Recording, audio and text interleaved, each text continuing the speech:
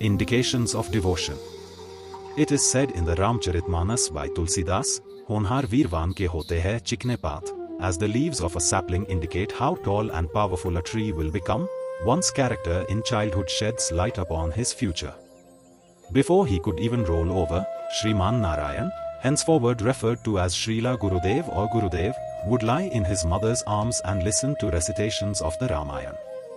When he was 6 months old, he would merrily ride on the shoulders of his father or grandfather to religious discourses.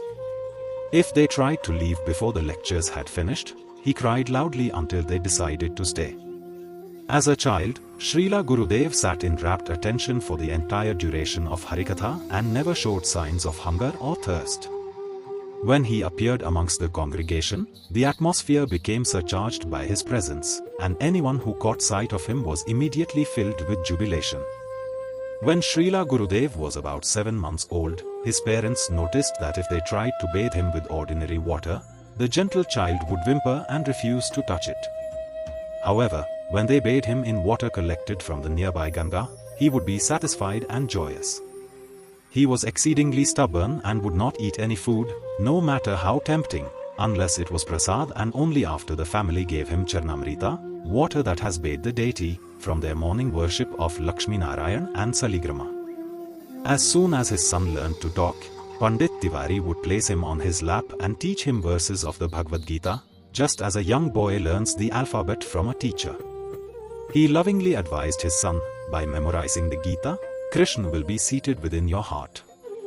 Krishna's advice is his Mahaprasad, great mercy.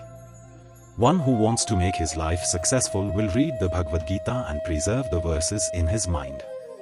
Wherever there is respect for Krishna and his holy speech, there will be no place for misery, sickness, or illusion. Carefully keep these verses in your heart and thus protect our family line. Under the tutelage of his father, Srila Gurudev easily memorized verses of the Bhagavad-gita and Srimad Bhagavatam.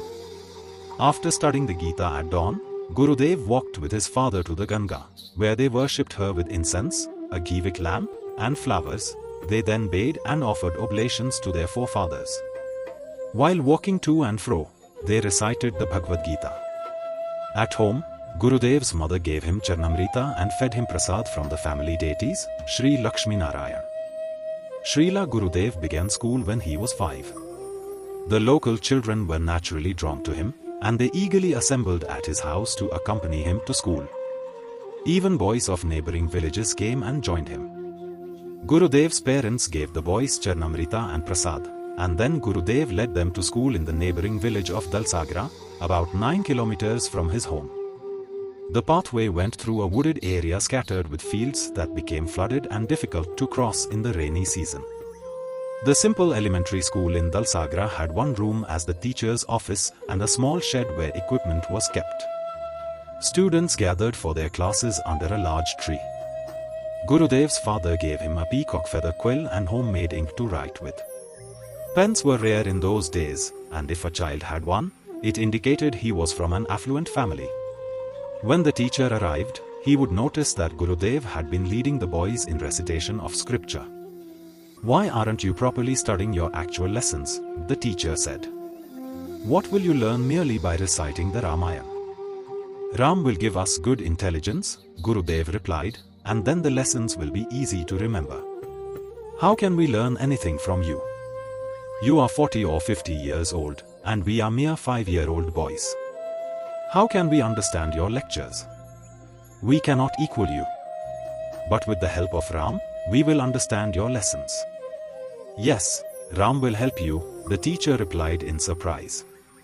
Then, a few moments later, he said, "I will recite the verses together with you, and then perhaps you will understand what I teach." From then on, every morning before lessons began, the teacher and students recited a chapter of the Ramayan and then a chapter of the Bhagavad-gita.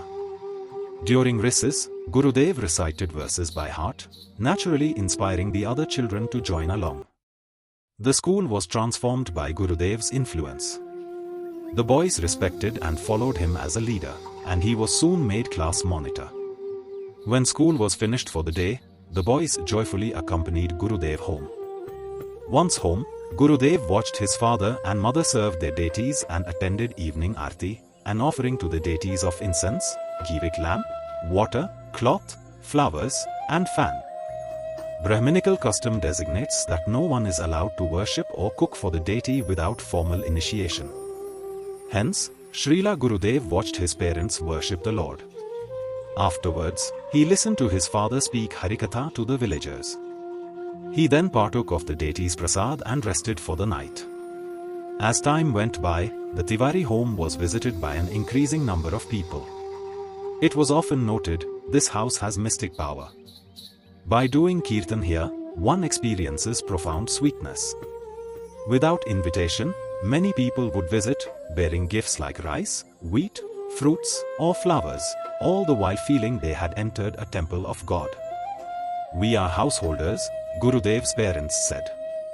Taking donations from others is not appropriate for us. Srila Gurudev said to his parents, it is good everyone desires to serve Bhagavan. Please accept their gifts and offer bhoga, unoffered foodstuffs, to Lakshmi Narayana. Then give everyone Mahaprasad.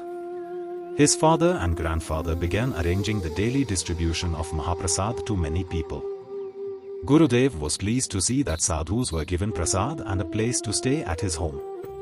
In the morning, he observed that many deer, parrots, squirrels, pigeons, and other animals would gather outside his house, eat some grass or grains, and then leave.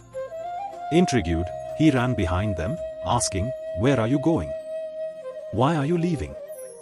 He asked his grandfather, "Why do the animals come for such a short time and then leave?"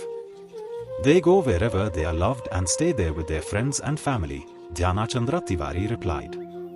In the evenings, when the villagers and guests would gather at the Tiwari household to hear Panditji's discourses, Gurudev would also sit and listen.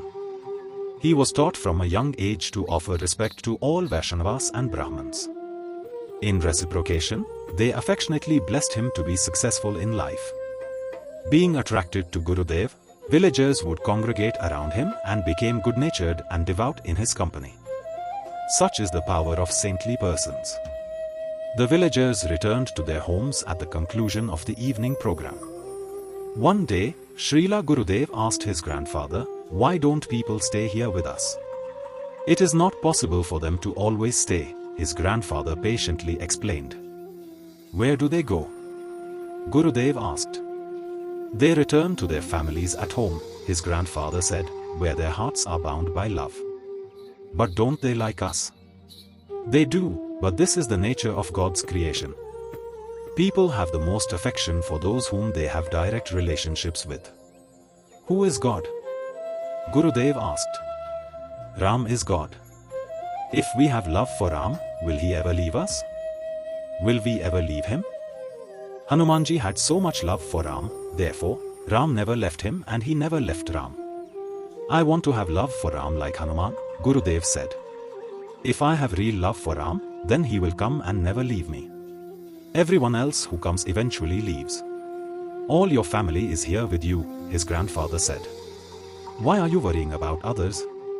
But everyone leaves and stays separately. From a young age, Srila Gurudev's attachment for God was quite apparent.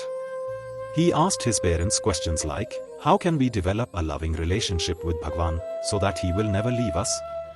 Understanding the fleeting nature of worldly relationships, Gurudev vowed, "One day I will teach everyone the meaning of real love. Pure love is unavailable in this world. People search for love in all beings and objects, but they cannot find lasting love because everything here is temporary. Therefore, they remain unsatisfied." He heard from his father that those who have love for God naturally love all beings, yet those who have no love for God are cruel and hard-hearted. With this barometer, he examined the character of whomever he met, thinking, "When will I find a pure devotee of Bhagavan?" In search of such devotees, Gurudev attended discourses on the Ramayan, Srimad Bhagavatam, and other scriptures. Lord Ram is adored by the residents of Tiwaripur, and day-long recitations of his pastimes would often take place in the local temple, where deities of Ram, Sita, and Lakshman, as well as Radhakrishna and Bal Gopal, are worshipped on the main altar. A deity of Hanuman and a Shivalinga are also worshipped in the temple compound. Gurudev sometimes went to this temple in the morning and listened to the Brahmin priests recite Vedic mantras, and then stayed for recitations of the Ramayan. Other devotable places where religious programs are held in Tiwaripur are the Vamandeva temple and the ashrams of Narad Rishi, Vashisht, and Gautam Rishi. During Ram Navami, the residents of Tiwaripur would recite Tulsidasa's account of Lord Ram day and night, all the while fasting without a drop of water. Gurudev wept incessantly upon hearing the woeful pastimes of Lord Ram, such as when King Dashrath was separated from his beloved exiled son and cried, "Ha Ram! Ha Ram! Ha Ram!" before giving up his life. When hearing how Bharat came to the forest to bring back his elder brother, Gurudev exclaimed, "How great is the love of Bharat!" Srila Gurudev later asked his grandfather, Dhyanachandra Tiwari, "Tell me, why do we fast and recite the entire Ramayana on Ram's birthday?" "If we do so," his grandfather replied, "Ram will come and be pleased with us. This is his puja, worship." Physical articles are not the only means to serve Bhagavan. If one does not remember and embrace Ram's glories in his heart, Ram himself will not enter the heart. Thus, one's consciousness will remain impure. Why don't we read this daily then? Gurudev asked. If we do, Ram will always stay with us. It is good to read every day, but it is so long, there is no time. Why is there no time? Gurudev asked. Isn't all one's time and life meant for Ram? This is correct, his grandfather said, but 24 hours are required to recite the entire epic. You should memorize Tulsidasa's Sundarkand. This is good for you and will not take such a long time. Srila Gurudev quickly memorized the Sundarkand and recited it along with the verses of the Bhagavad-gita. Srila Gurudev remembered the heroic tales of Lord Ram throughout the day, and at night he dreamt of pastimes such as Ram battling Ravana. Early one morning he had a vision of Lord Ram, along with Sita Devi, Lakshman, and Hanuman, descending from the sky seated upon divine swan. He ran forward and prostrated himself before Ram's feet. After Lord Ram and Sita Devi blessed their beloved devotee, they ascended, leaving Gurudev trembling with the sense of separation.